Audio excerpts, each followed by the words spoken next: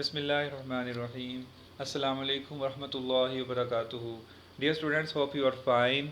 And today is our lesson number 6 in chapter number 11, homeostasis.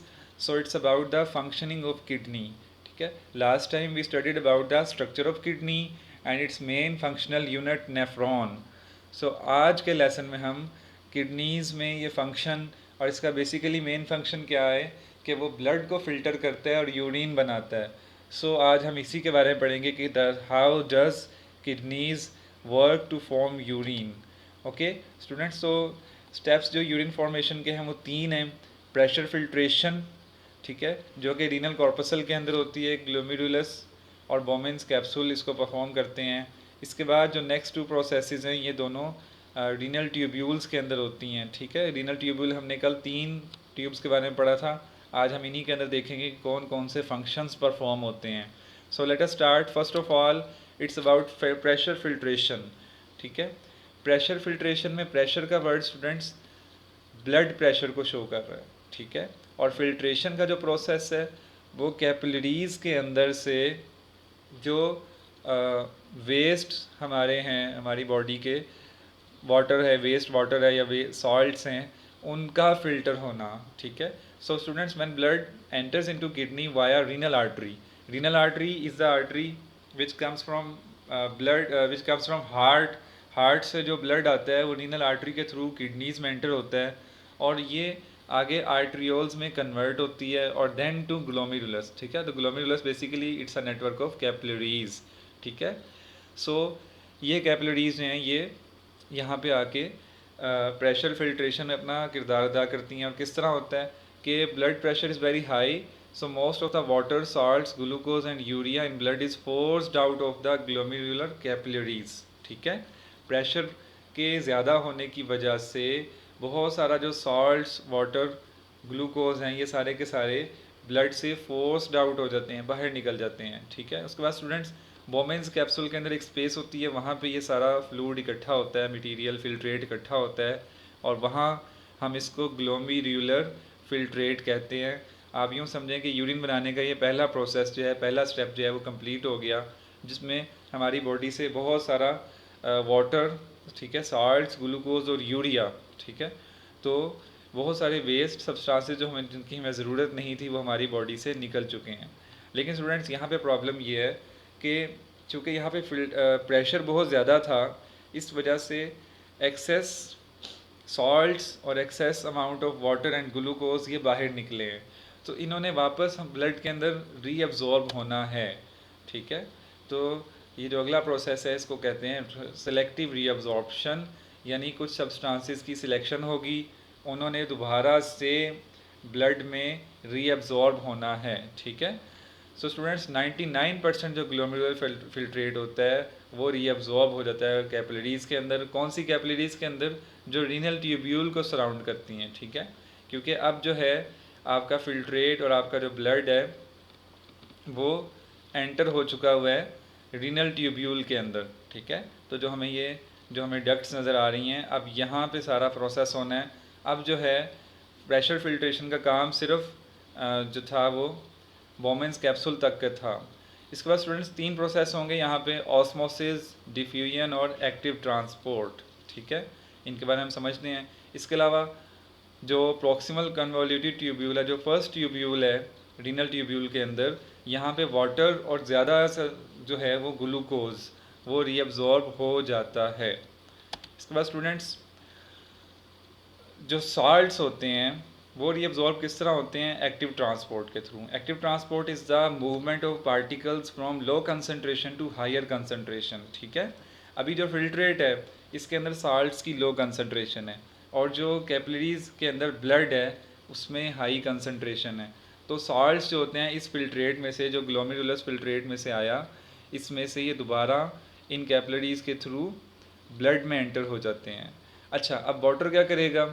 Water जो होगा वो less solute वाले जो सोल्यूशन है उससे वो हाई सोल्यूट वाले सोल्यूशन में चला जाएगा, जिसको ऑस्मोसिस कहते हैं. ठीक है, सो चूँकि साल्ट मूव कर गया है, साल्ट ब्लड के अंदर दोबारा से चला गया है, सो वाटर भी इसको फॉलो करेगा और वो ऑस्मोसिस के थ्रू वो भी ब्लड के अंदर चला जाएगा. ठीक है, उसके बाद लूप ऑफ हेनले की बात करते हैं, तो यू शेप हमने कल भी इस बारे में पढ़ा था। तो इसकी एक डिसेंडिंग लूप है और एक असेंडिंग लूप है, ठीक है। डिसेंडिंग जो नीचे को आती लूप है उसमें reabsorption of water takes place, ठीक है, ठीक है, क्योंकि एक नेचुरल प्रोसेस होता है। और असेंडिंग में जब एक वो ब्लड ऊपर जा रहा होता है तो वहाँ पे reabsorption of salts take place, ठीक है। चूँकि ये एक अननेचुरल प्रोसेस है, यानी कि इसमें एक्टिव ट्रांसपोर्ट हो रही होती है, तो ये ऊपर जाते हुए सॉल्ट्स जो हैं वो रीअब्जॉर्ब होते हैं। उसके बाद स्टूडेंट्स जो लास्ट डिस्टल कन्वोल्यूटेड ट्यूब्यूल है, जो तीसरी ट्यूब्यूल है रीनल ट्यूब्यूल के अंदर, उसमें दोबारा से रीअब्जॉर्प्शन ऑफ वाटर होती है। इसके बाद स्टूडेंट्स तीसरा जो प्रोसेस है वो है ट्यूबुलर सेक्रीशन, ठीक है। कुछ सेक्रीशंस होती हैं जो इस रीनल ट्यूब्यूल के अंदर से इस फिल्ट्रेट ब्लड के गुजरते हुए, कैपिलरीज के गुजरते हुए कुछ सेक्रीशंस होती हैं, जैसे कि डिफरेंट आइंस हैं, ठीक है, सोडियम आइंस हैं, पोटाशियम आइंस हैं, क्रिएटिनिन है, ये एक प्रोटीन है जो एक वेस्ट के तौर पे हमारे ब्लड में मौजूद होता है। इसी तरह से यूरिया है, ठीक है, एक कंपाउंड है, और जो कि अगर हमारी बॉडी में ज़रूरत से ज़्यादा हो तो टॉक्सिक हो जाता है, ठीक है। तो ये सारे के सारे जो हैं ये ब्लड में से इसी फिल्ट्रेट के अंदर, जो फिल्ट्रेट इन डक्ट्स में से गुजर रहा है, तो ब्लड में से ये इनके अंदर चले जाएंगे, ठीक है। इसका स्टूडेंट्स पर्पज़ क्या है कि पीएच एक कॉन्सेप्ट है जो किसी चीज़ की एसिडिटी को शो करता है। अगर किसी सब्सटेंस की पीएच 7 है तो वो नॉर्मल है, ठीक है, जैसे न्यूट्रल कंपाउंड है, जैसे वाटर होता है। तो ब्लड की भी पीएच है वो 7.35 से 7.45 के दरमियान है। अगर ब्लड की पीएच यही इतनी ही रहे तो ब्लड के अंदर जितने भी मेटाबॉलिक रिएक्शंस हैं वो सारे के सारे थॉरोली ईजीली वो चलते रहते हैं। और अगर ये पीएच डिस्टर्ब हो जाए तो फिर इंसान की डेथ भी हो जाती है। आप देखते हैं सांप के काटने से लोग मर जाते हैं, तो सांप के बेसिकली उसका जो बाइट है वो कोई इतना बड़ा ज़ख़म नहीं होता, लेकिन उसका जो जहर है वो एसिडिक होता है। जब वो बॉडी में फैलता है तो वो ब्लड की सारी पीएच को डिस्टर्ब कर देता है, और ब्लड के अंदर होने वाले सारे के सारे जो रिएक्शंस हैं जो हमारी ज़िंदगी के लिए ज़रूरी हैं वो सारे के सारे स्टॉप कर जाते हैं, ठीक है। तो स्टूडेंट्स आज के हमने इम्पोर्टेंट बात समझनी है कि प्रेशर फिल्ट्रेशन के दौरान ब्लड सेल्स और प्रोटीन्स, ठीक है, चूँकि ये साइज़ में बड़े मॉलिक्यूल्स होते हैं, बड़े साइज़ के होते हैं, लिहाजा ये ग्लोमेरुलर कैपिलरीज में से बाहर नहीं निकलते। और जाहिर है अगर ये निकल जाएंगे तो फिर तो हमारे ब्लड की कंपोजिशन सारी की सारी ख़त्म हो जाएगी। इसके अलावा जो फाइनल स्टेज पे जो यूरिन प्रोड्यूस होता है वो सिर्फ 1% होता है उस फिल्टर्ड वॉल्यूम का, ठीक है। ये आपने पीछे ही पढ़ लिया कि 99% ऑफ जो फिल्ट्रेट है वो रीअब्जॉर्ब होता है। और स्टूडेंट्स हमारे बारे में एक फैक्ट दिया गया कि इंसान एक अडल्ट जो है वो 1.4 litres per day urine produce करता है। ये केमिकल एनालिसिस है यूरिन का, ठीक है। उसके बाद यूरिन की डेफिनेशन भी लिखी है कि जो फिल्ट्रेट रीनल ट्यूब्यूल्स के अंदर निकल आया, ब्लड में से जो चीज़ फिल्टर आउट हो गई है उसको यूरिन कहते हैं, ठीक है। और ये सारे का सारा कलेक्टिंग डक्ट से इकट्ठा होकर पेल्विस के अंदर चला जाता है, और पेल्विस से फिर यूरेटर में। उसके बाद स्टूडेंट्स 95% यूरिन के अंदर वाटर होता है।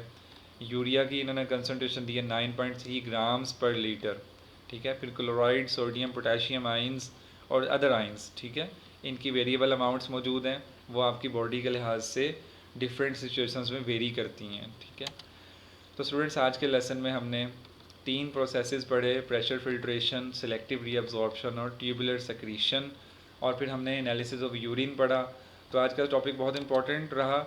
इसमें आप लोगों ने फंक्शनिंग ऑफ किडनी, जो कि बहुत इंपॉर्टेंट क्वेश्चन है, इसको आपने अच्छे से प्रिपेयर करना है, और इसकी डायग्राम की स्टूडेंट्स एक बार फिर प्रैक्टिस कर लेनी है, ठीक है। तो कल के लेसन में इंशाल्लाह हम नेक्स्ट टॉपिक में हम किडनीज़ के हवाले से एक और फंक्शन पढ़ेंगे। तब तक के लिए अल्लाह हाफिज़।